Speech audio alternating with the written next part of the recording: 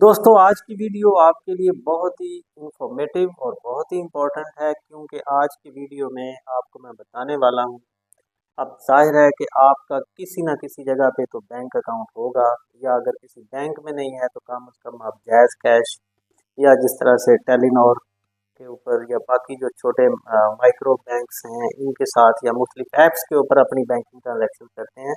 तो ये सारे लोगों के लिए बड़ी इम्पोर्टेंट वीडियो है क्योंकि आज इसमें मैं बताने वाला हूँ आपको कि आप अपनी उन बैंकिंग ट्रांजैक्शंस को और जो आपके ऐप में फंड्स हैं या किसी किस्म का कोई कार्ड आपके पास है उसको आप कैसे सिक्योर कर सकते हैं। क्योंकि आपको पता है आजकल रिपीटेडली आए दिन आप कोई ना कोई स्कैम या फ्रॉड सुनते हैं।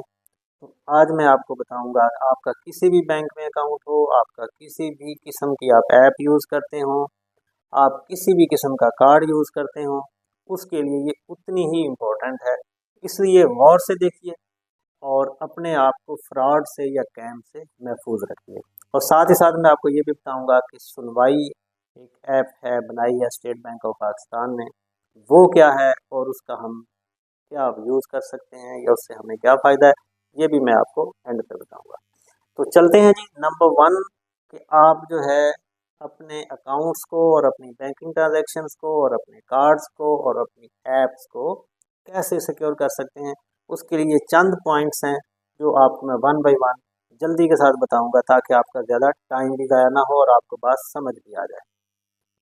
नंबर वन, आपको पता है कि जितनी भी फ्रॉडुलेंट एक्टिविटीज़ होती हैं, नंबर वन या तो आपको कॉल आएगी और अब तो ये भी होता है कि किसी न किसी बैंक की हेल्पलाइन से कॉल आती है। आप नंबर देखते हैं तो आप थोड़ा आपका कॉन्फिडेंस हो जाता है कि यार ये तो बैंक की कॉल है, यहाँ तो से गलत इन्फॉर्मेशन नहीं लेंगे वो। लेकिन आप एक चीज़ याद रखें, हेल्पलाइन सिर्फ आपकी हेल्प के लिए होती है और आप वहाँ पे कॉल करते हैं। किसी भी बैंक की हेल्पलाइन से कभी भी कॉल आपको नहीं आएगी। ये आप किसी भी इदारे में किसी भी बैंक से पूछ लें, हेल्पलाइन सिर्फ आपकी हेल्प के लिए कॉल नहीं दी होती है बैंक ने, वहाँ आप कॉल कर सकते हैं लेकिन वहाँ से कभी भी आपको कॉल नहीं आएगी। और कभी अगर आपको कॉल रिसीव हो तो आपको समझ आना चाहिए कि ये कुछ स्कैमर है। नंबर टू, नंबर वन वो कॉल के ऊपर आपसे इंफॉर्मेशन पूछेंगे। नंबर टू, कोई ना कोई एसएमएस में लिंक ऐसा भेज देंगे जिसपे आपको कोई ना कोई ऐसी ज़बरदस्त ऑफ़र बताई गई होगी और आप वहाँ पे क्लिक करेंगे और कुछ डाटा आपसे रिक्वायर करेंगे। जैसे ही आप डाटा पुट करेंगे तो जनाब आपका अकाउंट खाली हो जाएगा।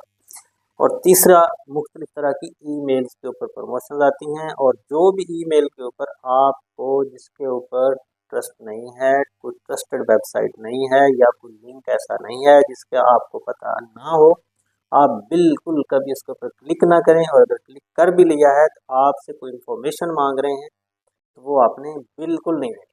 वो कौन कौन सी इन्फॉर्मेशन हो सकती है ये भी मैं आपको बताऊंगा, क्योंकि एक दो चीज़ों के बारे में तो लोगों को पता है कि ये सेंसिटिव इन्फॉर्मेशन है, ये हमने नहीं देनी, इसके अलावा अगर कोई दे देते हैं तो रिस्क नहीं है। तो ऐसा नहीं है दोस्तों, ये चंद बातें हैं जो आपको ज़रूर अपने ज़हन में रखनी है। नंबर वन, आप इंटरनेट बैंकिंग अगर यूज़ करते हैं या किसी मोबाइल ऐप यूज़ करते हैं किसी भी बैंक की, तो कभी भी आपने अपनी लॉगिन डिटेल, यानी जब भी आप लॉगिन करते हैं तो आपका लॉगिन आईडी होता है, पासवर्ड होता है, वो आपने कभी भी किसी से शेयर नहीं करना।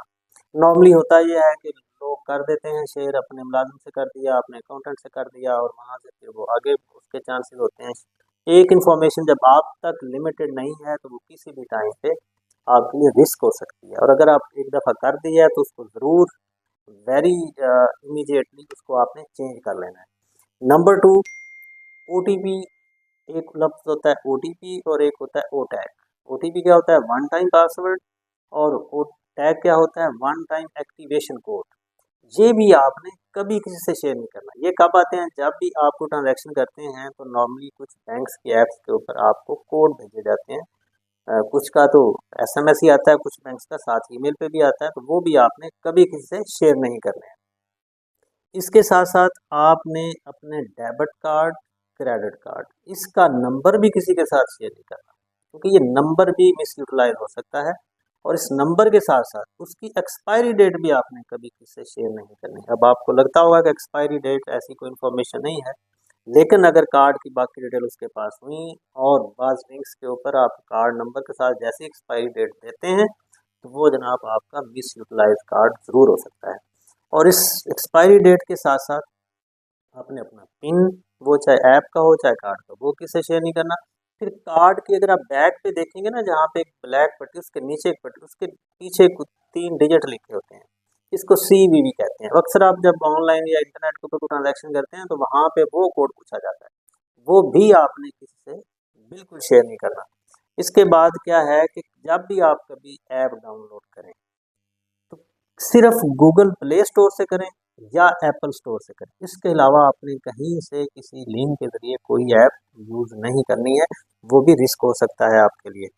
इसके बाद आपने क्या करना है कि आपको कभी भी कोई शक हो जाए कि आपकी ऐप किसी ने लॉगिन कर ली है या आपका पासवर्ड किसी के पास चला गया है, आपको जब भी डाउट हो या वो आपको सस्पिशियस एक्टिविटी फील हो, तो आपने फ़ौरी से अपने मुतलका बैंक की हेल्पलाइन पे कॉल करके वो बताना है, ताकि वो किसी भी किस्म के यूज़ होने से पहले आप उसको ब्लॉक कर सकें। क्योंकि आपको पता है कि आपकी ऐप आपके कंट्रोल में है, आप जब चाहें उसको दोबारा भी एक्टिव करवा सकते हैं।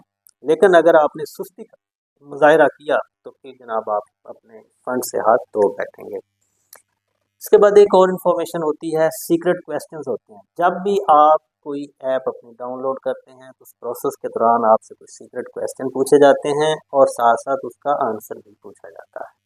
वो भी आपने कभी किसी से शेयर नहीं करना, ना कहीं पे पोस्ट करना है। वजह क्या है कि अगर वो आदमी दूसरा जो नेगेटिव माइंड वाला है या जो स्कैमर है, वो आपके लॉगिन पे जाके अगर ये कर देगा फॉरगॉट पासवर्ड, तो अगला सवाल आपसे पूछेगी वो ऐप कि आप अपना सीक्रेट क्वेश्चन बताएं।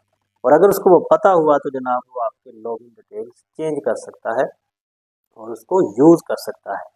ये तो हो गए वो पॉइंट्स जिनका आपने ख्याल रखना है, आपने ये इन्फॉर्मेशन किसी से कभी भी शेयर नहीं करनी है। दूसरी जो मैंने आपको शुरू में कहा था कि हम आपको बताएंगे कि सुनवाई ऐप क्या है जो स्टेट बैंक ने दी है, इसका फ़ायदा हमें क्या है। तो सुनवाई स्पेसिफिकली जो बैंक सार्फिन हैं, किसी भी बैंक के कस्टमर हों, अगर आप किसी किस्म की सर्विस से आपको प्रॉब्लम है या आपके साथ कोई ऐसी फ्रॉडुलेंट एक्टिविटी हो गई है या आपको किसी बैंक में किसी भी तरह का इशू आ रहा है और वो बैंक का स्टाफ आपके साथ कोऑपरेट नहीं कर रहा या आपके साथ कुछ स्कैम हो गया, तो जनाब सुनवाई जो ऐप है ये सिर्फ आपकी मदद के लिए बनाई गई है।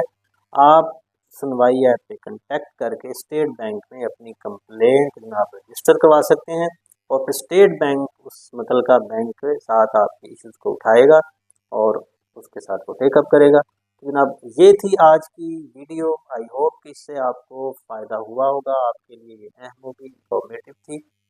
तो thank you very much for watching और अगले वीडियो में कोशिश करेंगे